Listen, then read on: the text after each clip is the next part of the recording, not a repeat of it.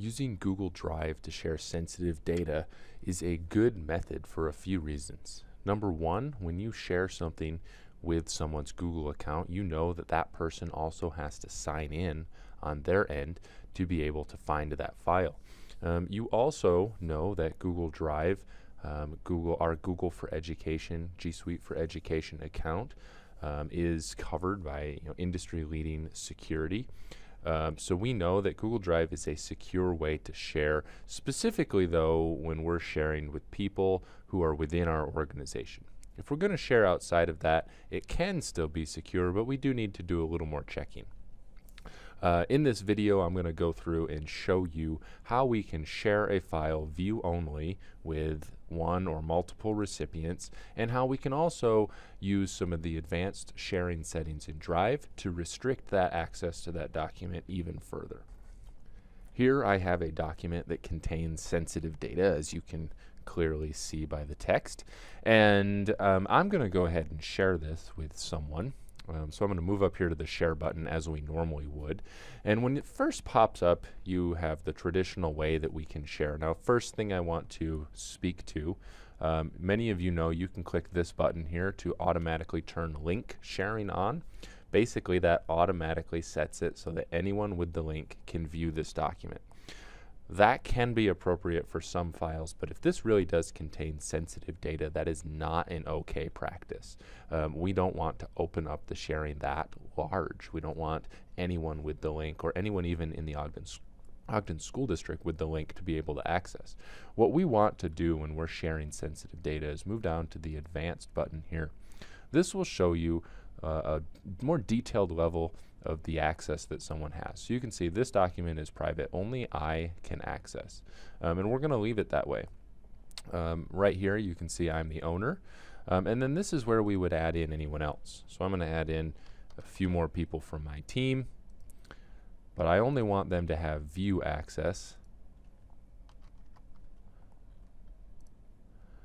And you'll notice we do have a few options now when we go to do this.